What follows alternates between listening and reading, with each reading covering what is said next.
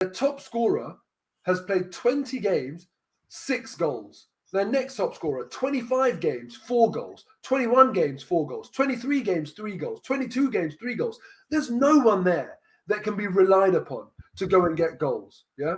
And Balogun's coming into that team, and I think it starts to provide a context here that hopefully he will get chances. If he can be that guy that plays for Middlesbrough and gets them a few goals, and from now to the end of the season gets into double figures, because they've still got 20-odd games remaining in that league, I think it could do him a brilliant leg up in terms of his development. So I'm really interested in that loan move, and I think it's a perfect sort of loan move to get him playing for a team where there's a lot riding on their end of the season games in a very difficult league where he can make a real difference. So I think we might know by the end of the season, is it Nketiah or is it Balogun that we need to invest in?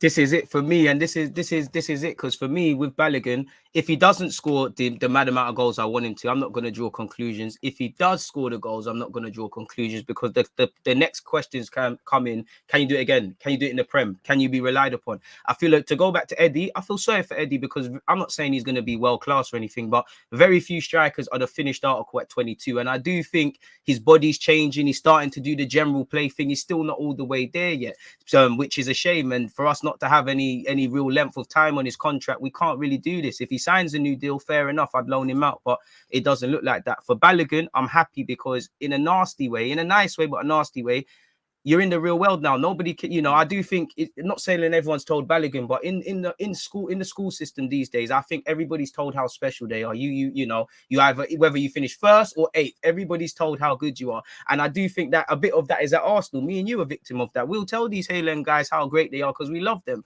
But when you go to Middlesbrough, they don't give a crap. Akpom, a former Highland guy, he got a lot of stick there. They just care. Balogun, all right, cool. You've scored against these under 23s, that you play for Arsenal, as you said so eloquently. We're so close to getting promotion. Can you come and do the business? And if you can do it on Thursday, can you do it on Sunday? If you do it on that Sunday, can you do it on the Tuesday? And that's where I'm happy for Balogun, because you've got to do it thick and fast. You've got to do it consistently. There's a lot of games. I think what we've seen with Balogun, whether it's been against Brentford, whether it's been against Sunderland, his decision making ain't quite there, but also he's a bit naive. Now you're playing against street smart centre halves, people that are fighting to get promoted, stay in the division. There's no substitute for 23s football in comparison to that. So I hope he does his thing out there. I mean, the way Chris Wilder speaks about him gives me confidence, because, people are going to say anything when they sign a player, but it seems like he really knows a lot about him. He tried to buy him permanently. So let's see what he can do, man. You only thrive when you're outside your comfort zone. But like you said, you've got a good potential marker. If you could score and show the business, you could affect it, because I think we need 2 forwards. I think in an ideal world, you sign this Vlahovic or someone that's like that. And in an ideal world, you have somebody like Lacazette who can offer something different and who can be in the squad. Now, who wouldn't want a Highlander to come in? That could save you a lot of money and things like that. My last question for you today would be one that the fans left. They said, what do you think success this season looks like to the Kroenkes? There's no answer to that. Honestly, with the Kroenkes, I don't care how good it gets at Arsenal. Yeah, the Kroenkes are not the answer. Anything that we do in spite of them. And, it's frustrating me a little bit that no one is talking about the Kroenkes anymore because things are going all right for us. You can bet your bottom dollar if we tail away at the end of the season and achieve nothing, people will pipe up about the Kroenkes. The riots will be back, yep. It's quite simply, a rich guy's son should not be working at Arsenal Football Club. I'm looking at objective decisions like that. Not on a football pitch where Gabriel got caught up in the emotion. This is in the clear light of day. There's no excusing wrong decisions or silly decisions in the clear light of day when you can take time, research, do your due diligence. The way they run this club is not good enough.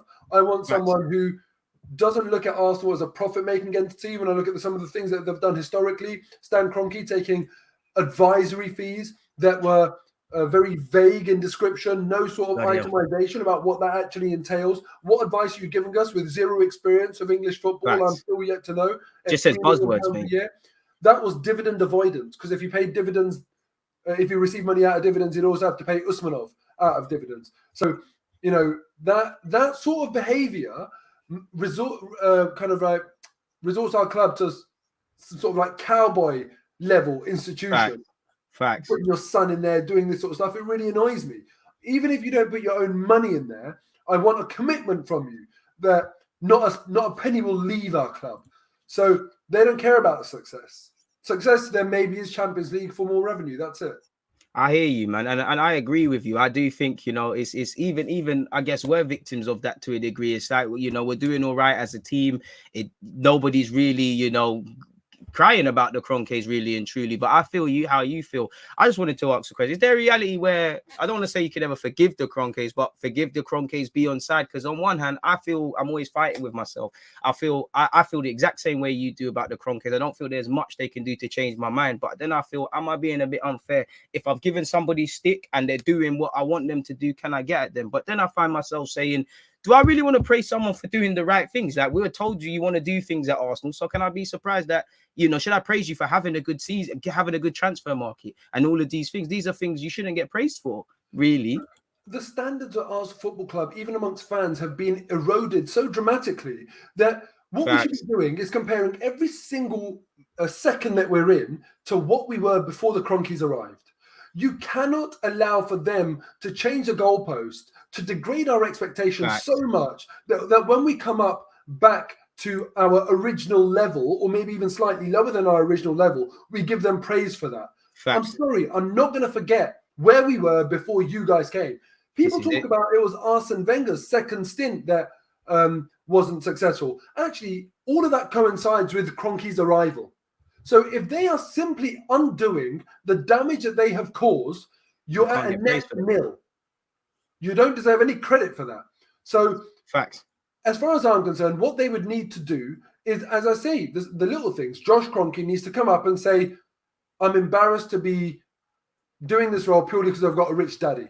I'm going to show more respect for this institution and get the best man for the job in. And if you go through that proper process and he ends up being that perfect candidate, which obviously he wouldn't, then fair enough. But go and do things properly. Go and return the money that you've taken out of the club. Go and do things properly, make up for your prior mistakes, and then not only make up for them, then go and do some good. And that's when I'll start saying, okay, perhaps you are fit to own and lead this club. But until then, I'm sorry, I don't care if we're winning the league. And that's why I love the energy that Liverpool fans have got. Because they've had brilliant success, Champions League success, Premier League success, yet they're looking at their owners and they're saying it's not good enough. And they're not happy with them because they understand the core way of working and their core beliefs, and they're not distracted by shiny trophies and shiny league positions because they know that's very temporary. And you want to try and build a dynasty, not sort of have a legacy, trophy. And that's what it's about. So my last question then, just off the back of what you said, do you view Josh Kroenke as different from his dad? Then, like, how do you view Josh in comparison to his dad? Because on one hand, from your last name's Kroenke and you're involved in this club, I paint you all with the same brush. But then I don't think it's necessarily fair to play devil's advocate to kind of call someone out of their sins of their father and things like that, where they might not be like that. So how do you view Josh in comparison to his father? He's obviously a lot better than his father. His father was disrespectful, showed absolute contempt to the club and to the fans. Fact. But to improve on Stan Kroenke, you could have got Boris Johnson in and he would have been an improvement. Okay. So as far as I'm concerned, hey, you might be a free agent soon as well, to be fair. Yeah, man. I mean, honestly, it's just it's not a tough challenge. As far as I'm concerned, is Josh Kroenke coveted by any other club for any position within a football management hierarchy? No. He's or in any other walk of life, really. Pardon?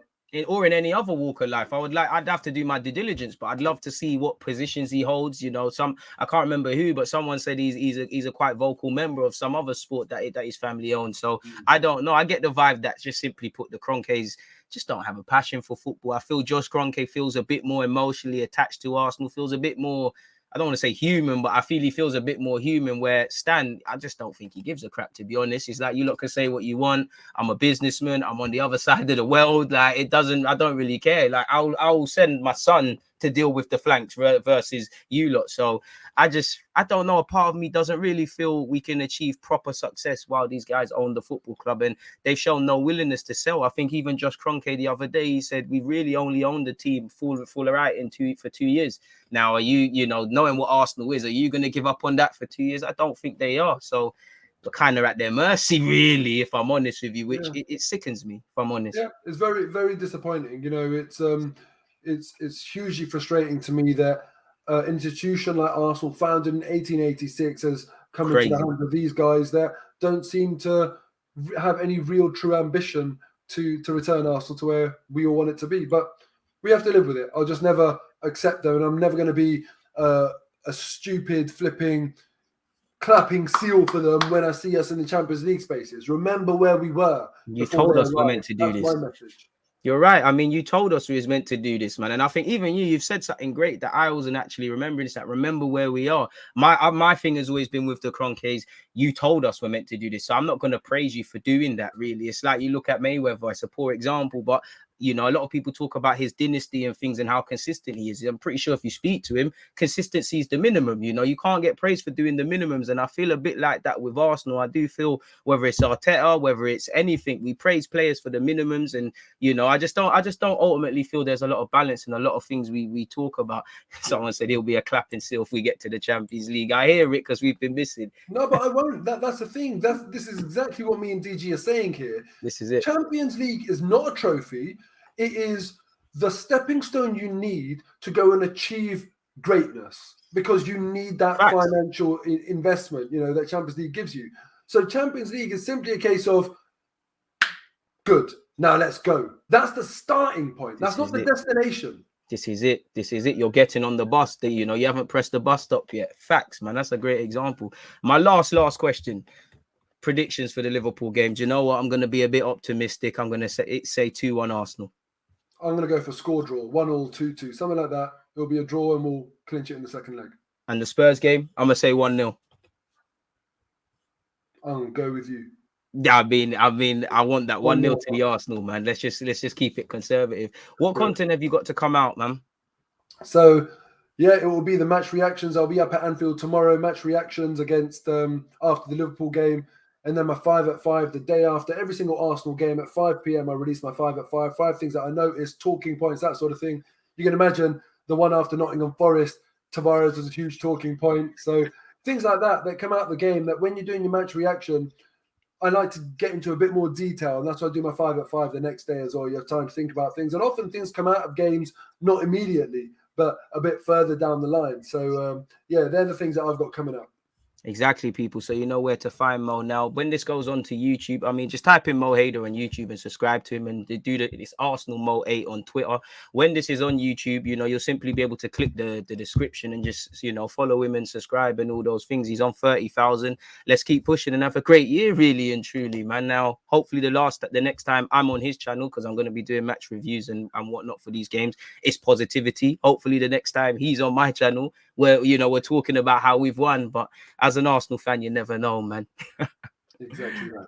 It is what it is, man. But Mo, it's been a pleasure, as it always is, to be able to pick your brains and whatnot. But I'm going to let you and everyone get out of here, man. So, yeah. Take care, man. Much love. Take care. See you all soon.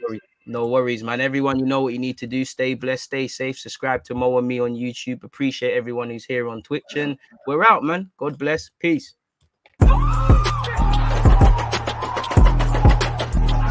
There's always just that active red light defenders. I think it's like